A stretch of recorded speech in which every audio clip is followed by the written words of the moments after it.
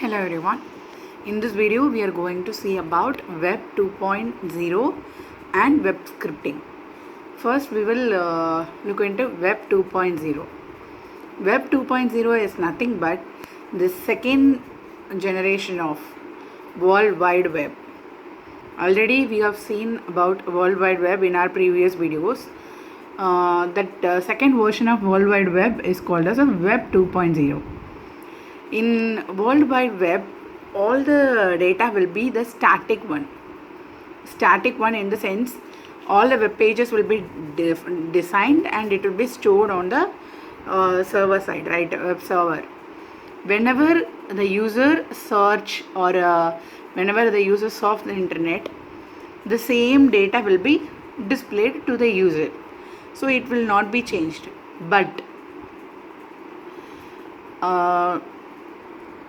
after a period of time, the needs, the requirements, the request of a user has changed a lot. So we need dynamic websites, which means, for example, now people are chatting over the net, and whatever we are doing in the net, that will be stored for a long time. It will not be deleted at all, and we can create our own content and we can display the content on the web page. So these many benefits we are having through the net right nowadays. So this is because of Web 2.0. That dynamic data was introduced in Web 2.0. Okay, that emphasis on dynamic will be followed in this 2.0. Before that, in World Wide Web, it is fully static content. So that was changed here.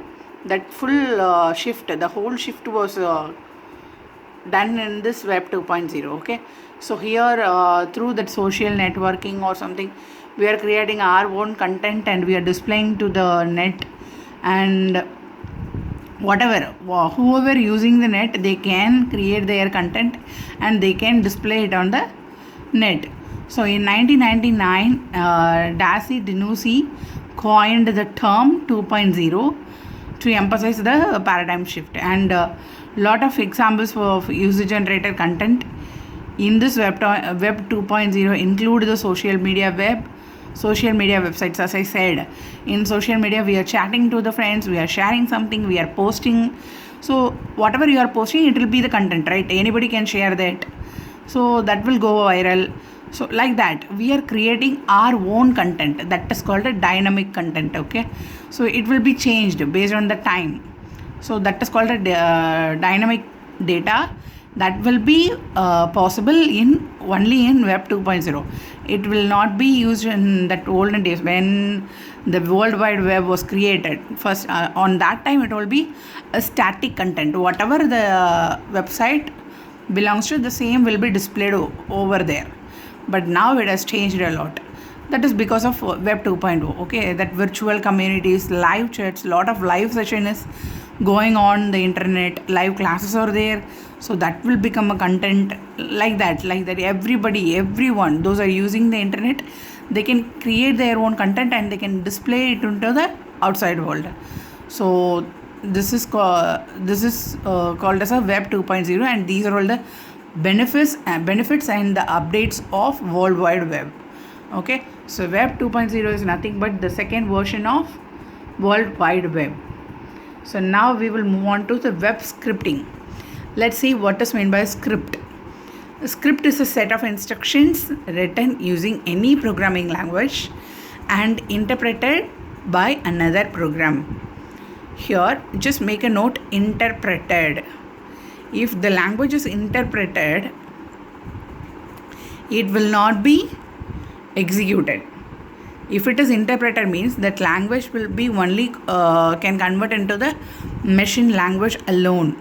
It will not be executed, because for execution the program code has to be compiled, then only it can execute.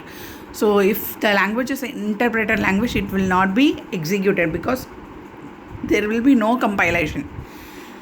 So that is called a script. Okay, so embedding scripts within web pages to make them dynamic is called web scripting.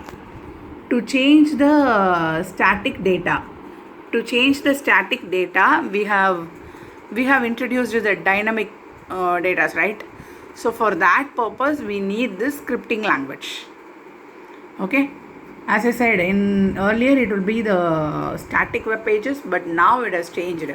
For example, if you are creating a poll, in website, that will be based on the users visits, right? How many visits you got, that many, then only they can come and vote for their opinion, right? And if it is a poll, or if you created any pie chart or a bar graph, like how many times that particular page will be clicked, that will not be decided before the web page is designed, because it is purely based on the user's performance and the user's visits. So it cannot be judged before it is made, before the web page is designed. So this is called a dynamic data. So this embedding scripts within a web pages to make them dynamic is called web scripting. And there are two types of web scripting is available in website or internet. One is a client side scripting and another one is a server side scripting. Client side scripting is nothing but that interpreted language that will be executed in the web browser, whatever browser is used by the user. In that web browser it will be executed, or else it will be executed in the system where the user is sitting and doing all those things. There itself it will be executed. That is called client side scripting. Whatever that execution part will be done in client's system, or else whatever web browser is used by the client, in that web browser it will be done. So this is called client side scripting. And the languages that is client side scripting languages are JavaScript, VBScript, Ajax, etc. And server side scripting, in the sense, this server side scripting languages will take in the input from the user side.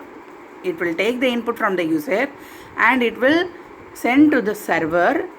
In the server alone can run the entire language or entire code. Okay, so the server alone can execute the entire code. That is called a server side scripting. Mostly it will be database will be stored on the web server or in the server side. That user, they will create something and they will give an input, then it will be submitted to the server. That server will run everything and it will give the output. So that is called a server side scripting. The most popular server side scripting languages are PHP, Python, ASP.NET, etc. So in this video we have understood, we just get the knowledge on Web 2.0 as well as web scripting. I hope you all understand. In our next video we are going to see about e-commerce and the payment mode on e-commerce. Thanks for watching.